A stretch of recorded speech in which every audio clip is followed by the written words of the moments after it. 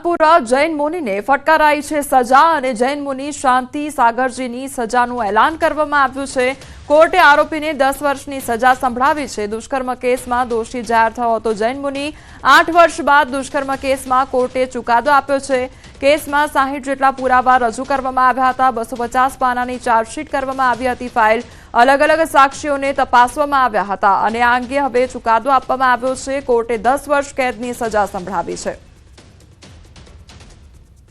એનો ફક્ત દેહ નથી ચોથાયો, એનો આત્મા પણ ચોથાયો છે આ બનાવને કારણે।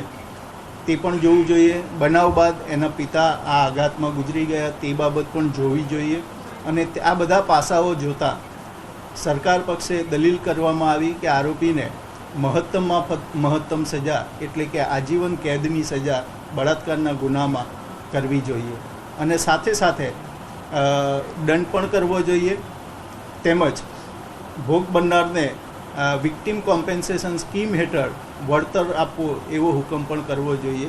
એ બાબતની વિનંતી કોર્ટ સમક્ષ કરવામાં આવી છે। મોરબી એસઓજીએ ગેરકાયદેસર હથિયાર રાખવાના રેકેટનો પર્દાફાશ કર્યો। અન્ય રાજ્યોમાંથી લાયસન્સ મેળવી હથિયાર મેળવવાના રેકેટનો પર્દાફાશ થયો છે। જુદા જુદા શખ્સો પાસેથી કુલ 9 હથિયાર સાથે 251 જીવતા કારતીસ કબજે લેવામાં આવ્યા છે। મણિપુર અને નાગાલેન્ડમાંથી લાયસન્સ મેળવી હથિયાર લેવામાં આવ્યા હતા।